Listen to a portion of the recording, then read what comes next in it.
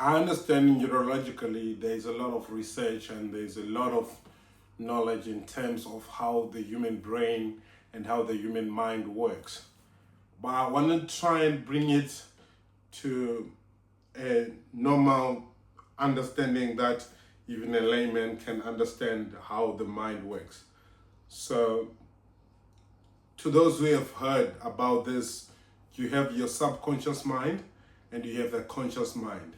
The conscious mind is what is present right now, that is working with you right now. You are aware of it. So things that you're doing now, you are aware of them. That's you're conscious about what you're doing. But that does not mean that in your mind, that's everything that is in there.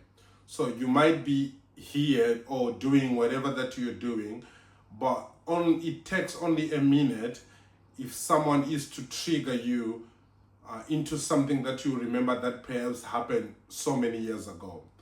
So meaning to say that in as much as we are dealing with people, in as much as we are interacting, we are getting in relationships with people, we are also dealing with people that has another person that is laid back. So you will see that the subconscious mind is big and it exists in everyone else. Because what it is when you are living and experiencing life, the human brain is capturing whatever that is happening around you. The mind is taking, it's recording in as much as you might ignore it. As long as you have experienced it, just know that it's now part of you. It already exists in you. It only takes a minute for that thing to be triggered and to start showing itself up because it's stored somewhere in your memory. So with that understanding, you also need to appreciate that we are coming from a background that is toxic. Not that people are bad, no. But we understand that the human in us sometimes gets the best out of us. People have anger issues. People have a lot of things they are failing to handle in terms of their emotions. And we are coming also from a system that never emphasized in emotional intelligence. So you will need to realize that when you are stepping in at work, you are stepping in at school, at church, you are dealing with people that you do not know their emotional intelligence level. So with that understanding, you also need to know that you don't know their experiences, what they experience in their life. And what they experience in their life is there in them, in their subconscious. Which comes when let's forget about people, let's talk about you. You need to appreciate that in your life, you have experienced things that is part of you now that were negative. And those things build up some negative and limiting beliefs. Because we are coming from a community that has people who were not scared to call you or to say names. Sometimes your mind has captured negativity in a joking manner because you were amongst friends and they will call you names in the name of joking. But these words, you hear them and they are stuck in you.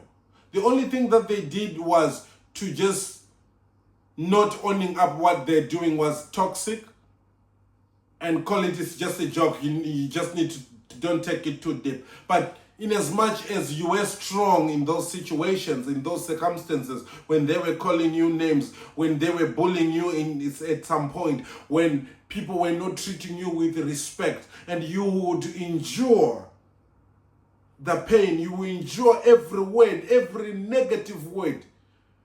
You had it. It exists in you.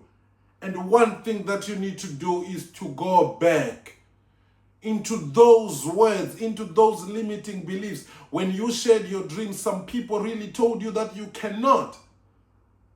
Some people told you that you cannot enjoy marriage, you cannot enjoy love, you cannot be rich. All these limiting beliefs. I do not care who said those words. I do not care where the negativity came from, the limiting beliefs. It can come from your parent. It can come from your brother. It can come from your church member. It can come from your pastor. It can come from anybody. As long as you're dealing with a human, you are bound to meet some negativity.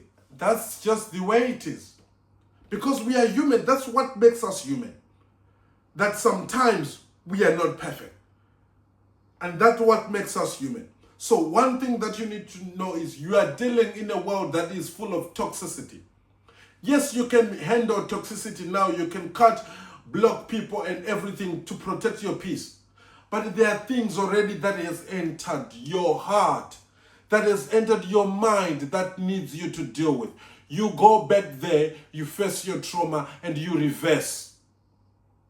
And you deal with that. You forgive yourself. You forgive whoever that said anything to you, whoever that changes the way you are behaving right now, the anger issues you have, everything that has been built because somebody was taking advantage of you growing up because of the circumstances and the situations that you were in. You can overcome. We can overcome. It's just being aware of ourselves. We cannot be defined by our past. But in as much as we want to carry on, we need to face our trauma. We need to deal with them.